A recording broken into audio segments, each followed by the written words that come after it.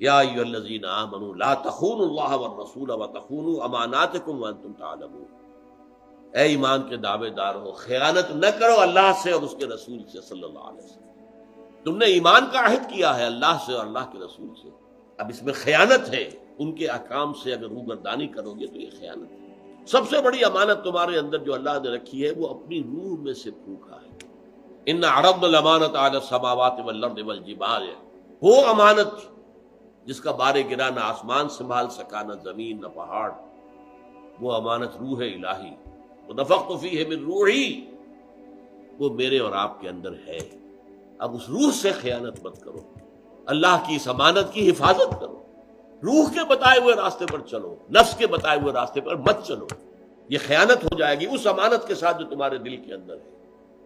اور جب اللہ سے خیانت کرے گا انسان تو ظاہر بات ہے کہ پھر آپس میں بھی خیانتیں کریں گے، ایک دوسرے کے مال اگر رکھا گیا ہے تو اس میں بھی خیانت ہو۔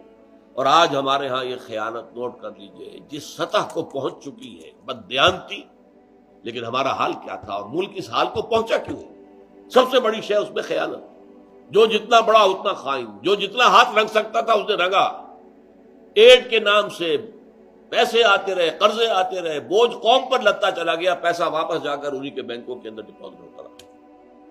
اس نے پاکستان کی معیشت کا بیڑا غرق کیا تھا، جس کے نتیجے میں وہ فیلڈ سٹیٹ ڈکلیئر ہونے والا تھا۔